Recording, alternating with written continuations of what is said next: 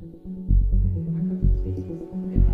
batalla contra el narco. گروه‌های موجود متمرکز Anyone deny the progress that has been made toward achieving the Millennium Development Goals?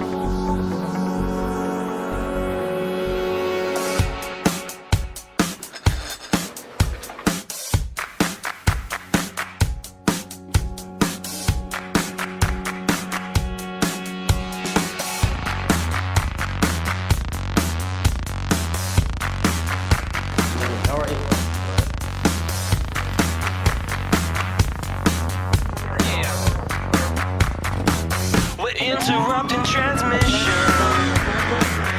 We will open this General Assembly, starting with the general debate by the world leaders. Fourth, please stand by.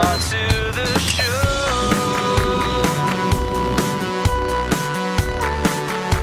We're all set to go. So come on.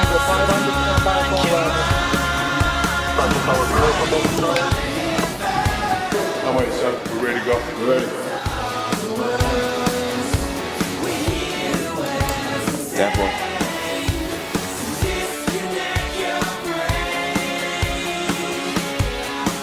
Hey, boys and girls.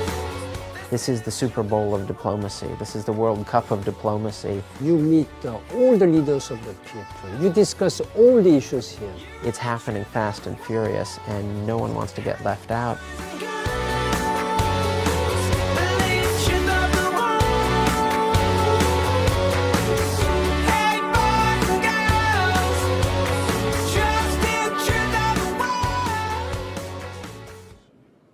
Monsieur le Président, Mesdames et Messieurs, les chefs d'État, as we gather today in solidarity, Those are only two changes. Yes. Every GA speech is a punctuation point. The writing process usually takes 3 or 4 days. In this case, we probably worked for 2 straight weeks. So on Thursday morning at 9 o'clock, when the Secretary General steps before the cameras of the world, it will be showtime.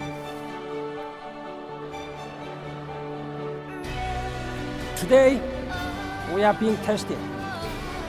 In all we do, let us send a clear message. There can be no peace without justice. Cette planète nous devrons sans doute I refuse to accept that view. pionera y visionaria.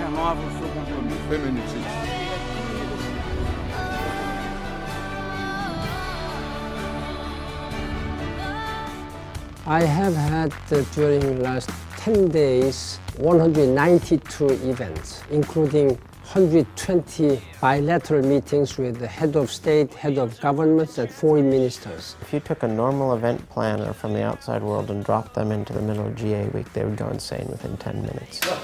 Just in time. It's controlled chaos. I chaired the high-level meeting on Pakistan, high-level meeting on Sudan and Somalia. So a huge amount of work gets done, but also the opportunity for everyone to have a voice. You know, talking about the issues that they care about. Climate change and poverty issues, global health issues. So much business gets conducted because it is in a hothouse. It's in a crucible. So you can take what happened 2 meetings ago, which was only 20 minutes ago, and say, well, Prime Minister X told me this. What do you think, Mr. President? So it's a very exciting time. But on the other hand, it means a lot of preparation. People work almost around the clock. Not just the things that you see in terms of the speeches that get delivered, but the stuff that goes on behind the scenes. You know, those who are working to translate documents, those who work just to make sure that people are in the right place, the security and everything else. And all of that leads to some really concrete outcomes. The Secretary General launched his global strategy on women's and children's health. We were able to mobilize $40 billion to reduce the mortality of women and the children who have been dying from preventable diseases.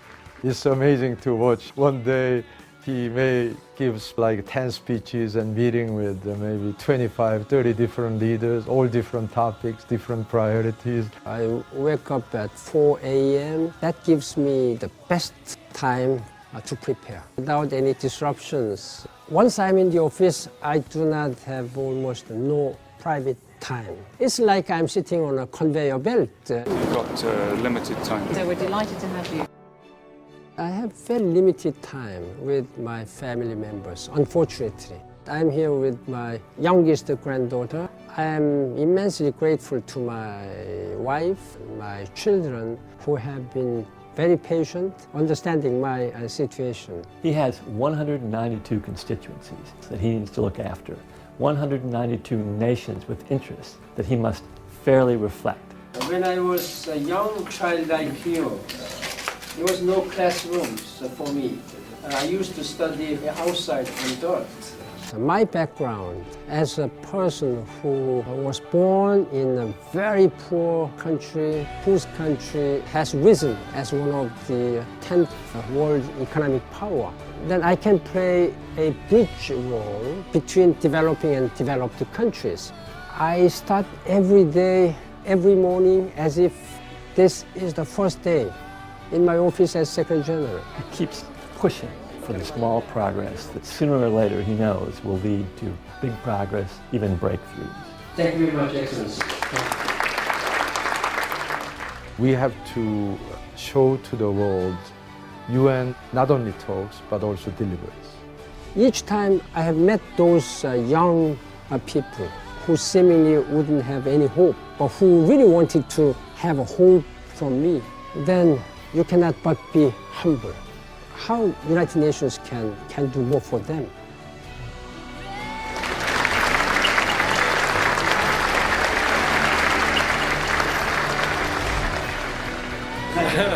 Okay.